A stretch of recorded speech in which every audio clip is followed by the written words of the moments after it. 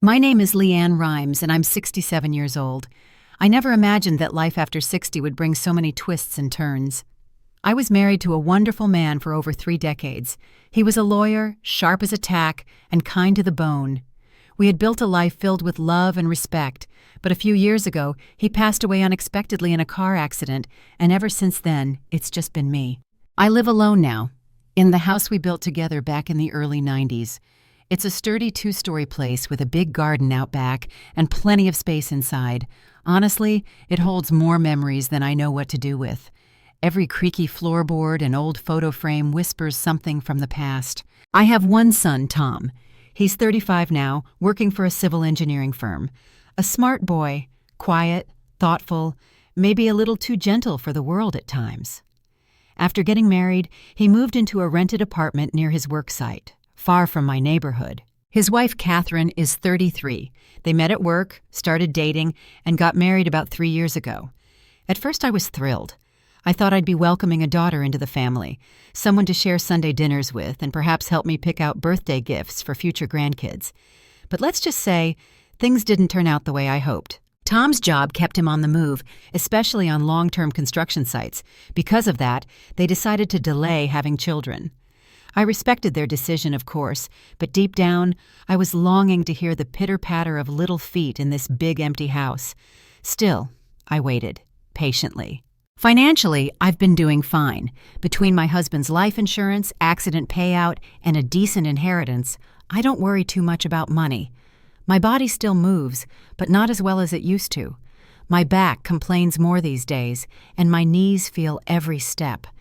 There are moments I sit in the living room and feel the silence pressing in on me. Being alone, it's peaceful, sure, but there's a kind of loneliness that wraps around your bones if you're not careful. Then one day, Tom called. He said he was coming over to visit. That might not sound like much, but I could hardly remember the last time he came by just to talk. I was so excited. I baked his favorite carrot cake and even put on a nice blouse. When he arrived, Catherine was with him. They sat down in the living room and smiled like they had news. "I've got something to tell you, Mom," Tom started. "The project I'm working on is almost done. After that, I'll be transferred to the head office." I leaned forward. "So you're coming back here?" He nodded. "Yeah, I'll be based at the office. No more construction sites." "That's wonderful," I said. "You'll be close again." Catherine chimed in. "Actually, we were thinking, why not all live together in this house?" I blinked, trying to process what she'd just said. "You mean you'd move in here?" "Yes," she said, her tone cheerful. "You're living alone, and it would be safer for you. Plus, if anything ever happened, we'd be right here." Tom added, "And the house is big enough." That part was true. This place had 5 rooms, a big kitchen, and 2 bathrooms. My late husband had it built strong, and it had weathered time better than most. But then Catherine added something that made me pause. "Of course," she said. "We'd need to renovate it first." I tilted my head. "Renovate?" "Yes," she said quickly. "This house was built during the bubble, right? It's structurally solid, but we could modernize it, make it barrier-free for you, install an open-plan kitchen, upgrade the bathrooms, add a sunroom upstairs. We'd even move your room downstairs so stairs won't be an issue later." I nodded slowly. "Sounds expensive." "Well," she said, hesitating just for a beat, "we'd like to ask if you could cover the renovation costs." And there it was, the real reason for the visit. Tom cleared his throat. "We got a quote already. It's about $120,000. We'll handle the construction and design. We just need help with the cost." Catherine leaned forward with her best smile. "Think about it, LeAnn. We'll live together, and I'll take care of you when you're older. You won't need a nursing home or anything." I sat there, heart sinking. Something about her words rubbed me the wrong way. The offer sounded generous on the surface, but underneath, it felt conditional, like care would only come if I paid the bill. Still, I didn't say no right away. I needed time to think. Over the next few weeks, Catherine kept visiting. She brought coffee, helped me with grocery bags, and always found a way to steer the conversation back to the renovation. "It's a win-win, LeAnn," she'd say. "We get to live together. You'll have peace of mind, and I'll be here for you." But something about her eagerness felt more like pressure, and when I hesitated, she grew snippy. "Why won't you agree? Don't you trust us? Most mothers would love a daughter-in-law willing to live with them. You should be grateful." She said it with a smile, but the words cut deep. Eventually, I gave in. Maybe it was loneliness, maybe it was guilt, maybe I just wanted to believe the best in people, especially my son. I cashed in part of my inheritance and transferred the money to Tom's account. We signed with a construction firm and went over the design plans. Catherine was all smiles, pointing out how beautiful the new kitchen would be and how comfortable I'd be on the first floor. But something didn't feel right. One room on the blueprints caught my eye. It was tiny, no bigger than a closet. I asked Catherine what it was.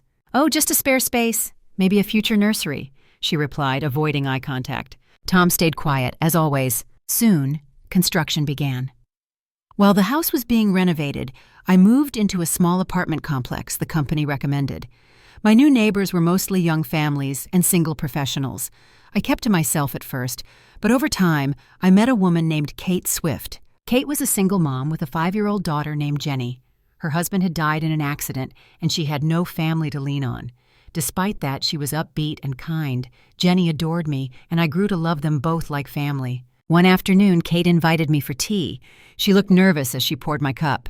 "I hope this doesn't sound strange," she said, "but I saw your daughter-in-law at the hotel where I work." I raised an eyebrow. "Really?" "Yes, she was with a man I didn't recognize. He was well-dressed, and they seemed close." I felt a chill run down my spine.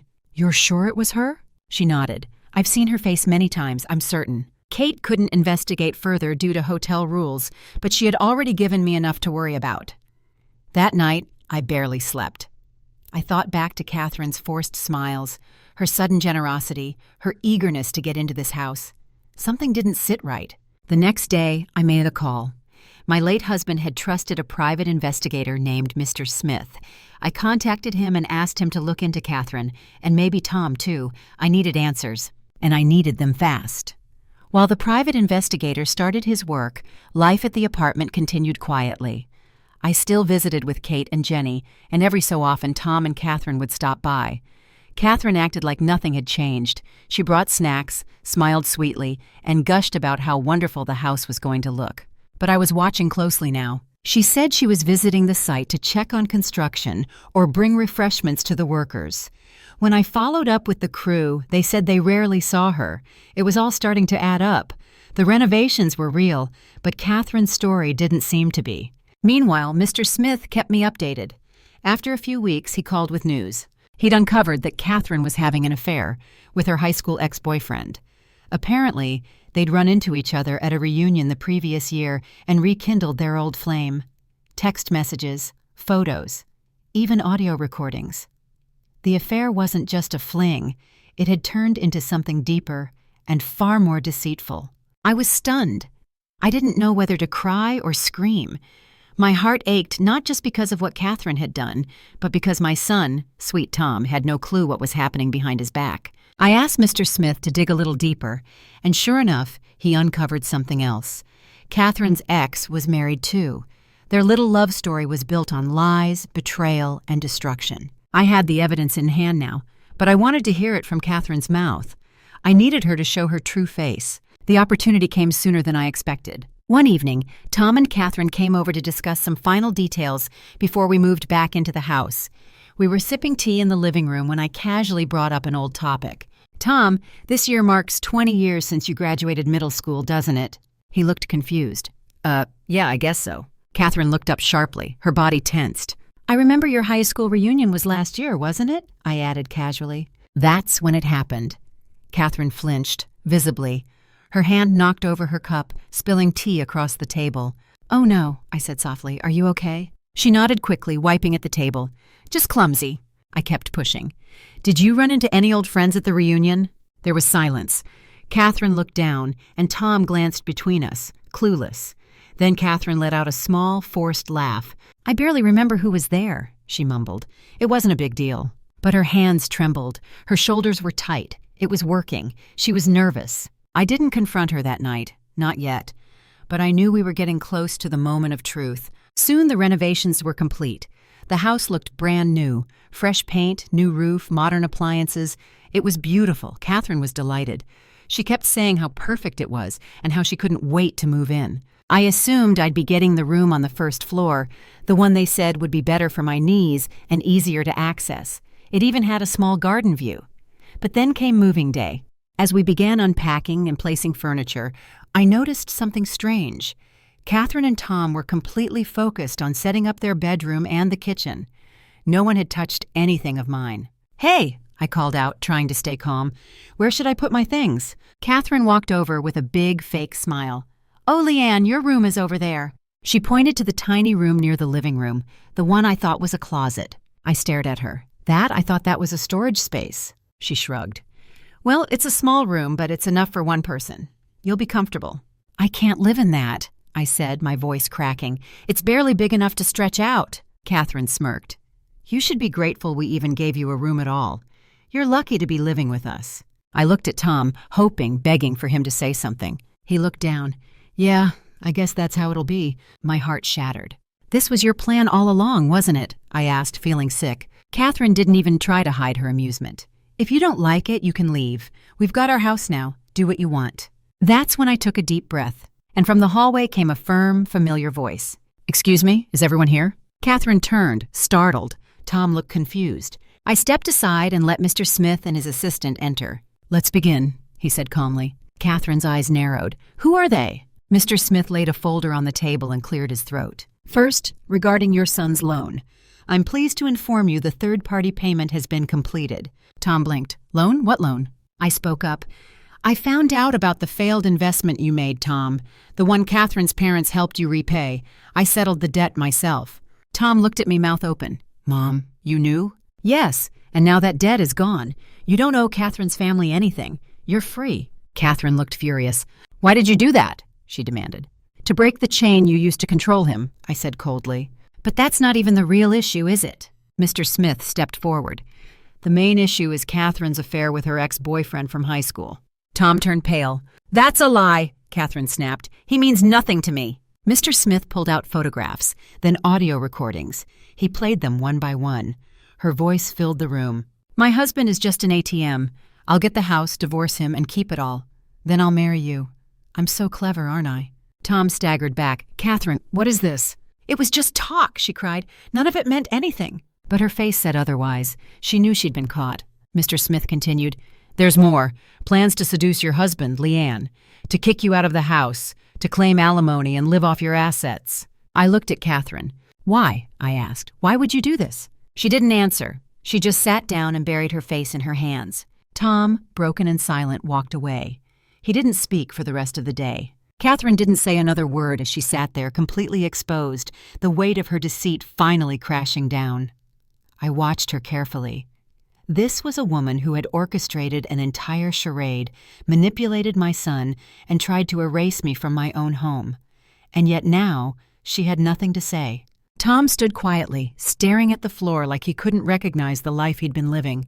He looked smaller than I'd ever seen him, like a boy again, confused and broken. Mr. Smith packed up the folder with the evidence and turned to me. "If your son wishes, we can handle all the divorce arrangements. Paperwork, alimony, division of assets. Just say the word."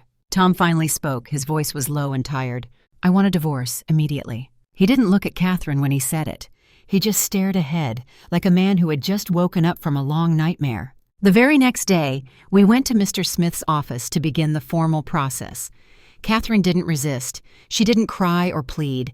She signed the papers with a blank expression, her face void of the smug arrogance she once wore like armor. But there was one more meeting to come. A week later, I received a call from the attorney's office. They had arranged a formal settlement discussion. Catherine's parents would be there, so would her affair partner and his wife. When we walked into the room, I saw them all sitting stiffly around the table. Catherine looked gaunt, her eyes sunken, as though the weight of her own choices had finally settled in. Her parents sat stone-faced, clearly furious. Mr. Smith got straight to the point. The damages incurred by Catherine's actions, including emotional distress and financial manipulation, are substantial. To resolve this without further legal action, her parents have agreed to cover the alimony owed to Tom. Tom nodded, still not saying much. Catherine's mother looked at me. "We're ashamed. We raised her better than this. We didn't know." I gave her a small nod. "None of us did, but we know now." The affair partner's wife sat silently, arms folded across her chest, her wedding ring already gone. She didn't speak, but the look in her eyes was enough, pure heartbreak and betrayal. It turned out Catherine's ex-boyfriend had lost everything too. His wife was divorcing him. His children no longer spoke to him. His reputation had been destroyed in their small community, and Catherine, she had been disowned by her family. They moved to a rundown inn in a distant rural town, working odd jobs just to make ends meet. Both of them were saddled with debt, living with the consequences of their own selfishness. It wasn't revenge that satisfied me. It was justice. I didn't celebrate their downfall. I just felt relieved that the truth had finally surfaced, that the danger had passed. But there was still a part of me that ached for Tom. He moved back in for a while, into the house he once tried to claim as his own. It wasn't easy. There were long silences between us, moments of quiet grief. He was mourning a version of his life he thought was real, and I was trying to hold back the urge to say, "I told you so." Instead, I cooked his favorite meals. I sat beside him on the porch swing in the evenings. I listened. Eventually, he started to open up. "I feel like I failed you, Mom," he said one night. "I let her treat you like that. I didn't protect you." I reached for his hand. "You were under her spell, sweetheart. We all make mistakes. What matters is that you're free now." He nodded slowly, tears brimming in his eyes. "Do you think I'll ever be able to trust again?" "Yes," I said, squeezing his hand. "But next time you'll do it with open eyes." Time passed. The house no longer felt haunted by betrayal. Instead, it became a space for healing, for family, for new beginnings. And then, one afternoon, there was a knock on the door. It was Kate Swift, with little Jenny by her side. "Hi, LeAnn," she said, smiling warmly. "Jenny's kindergarten is nearby. We were just passing through." I invited them in without hesitation. Jenny ran inside like she belonged there. She gave Tom a big hug and called him Uncle Tom. He laughed. It was the first time I'd heard him truly laugh in months. They started visiting more often. Dinners, picnics, movie nights. Jenny would fall asleep on the couch, curled up with a blanket, and Tom would carry her to the guest room like she was his own child. I watched something shift in him. One evening, after Kate and Jenny had left, Tom turned to me and said, "She's amazing, isn't she?" "Kate?" He nodded. "And Jenny, too. I never thought I'd want to be a dad so much." I smiled. "You'd be a great one." Not long after that, he asked Kate out on a proper date. She blushed when she told me. It's been years since I've been on one. Their relationship bloomed slowly, sweetly, with none of the tension or pressure that defined his first marriage. Kate was gentle, funny, and most importantly, honest. She didn't play games. She didn't manipulate. She just showed up, with her whole heart. A year later, they got married in a small ceremony in the backyard. Jenny wore a little white dress and called me Grandma for the first time. I nearly cried right there in the garden. Now the three of them live with me, not because they have to, not because someone made a deal, but because we choose to be a family. Jenny runs through the halls with her tiny backpack. Kate bakes on Sunday mornings while humming old songs. Tom works nearby and comes home for lunch. The house is filled with laughter, warmth, and the smell of fresh cookies. I finally have what I always dreamed of, a loving family under one roof. And I sleep peacefully now, knowing the house that once echoed with lies has become a place of love again. Funny how life turns around. What once felt like a betrayal became the path to something beautiful. Sometimes the storm comes not to break us, but to wash away what doesn't belong. And now, when I sit in my favorite chair by the window and sip my tea, I don't feel lonely anymore. I feel home. Some evenings, when the house quiets down and the sun starts melting behind the trees, I sit out on the porch swing and just breathe. There's something magical about this place now. It's the same house, sure, same foundation, same layout, but everything feels different. The air carries more peace. The walls echo with laughter instead of tension. Even the creaks in the floorboards feel warmer somehow, like old friends stretching after a nap. Jenny usually joins me with a coloring book or a handful of questions only a 6-year-old could come up with. "Grandma, why is the moon following us?" Or, "Do cats go to heaven?" I always answer, even if I don't know. Sometimes I just say, "Let's wonder about it together." She'll smile, curl up beside me, and keep scribbling as the stars appear. And in those moments, I feel a deep, glowing kind of happiness I hadn't felt in years. Kate has become like a daughter to me. She never tried to take up more space than she was given, never made assumptions or demands. But she gave so much. She helped me reorganize the pantry, showed me how to use that fancy dishwasher we installed, and even taught me a few yoga stretches for my back. One rainy afternoon, I was in the kitchen washing dishes when she walked up behind me and said, "LeAnn, thank you." I turned surprised. "For what?" "For trusting me, for letting me into your family." I laughed and wiped my hands. Honey, you didn't just come in, you lit the whole place up. She smiled, and in that moment I realized that the woman who stood before me was everything I had once hoped for in a daughter-in-law. She was strong, honest, and kind, and she loved my son for who he truly was, not for what she could get from him. As for Tom, he changed too. After the divorce, something in him softened. He started speaking up more, not just agreeing for the sake of peace. He became more present, more curious, more grateful.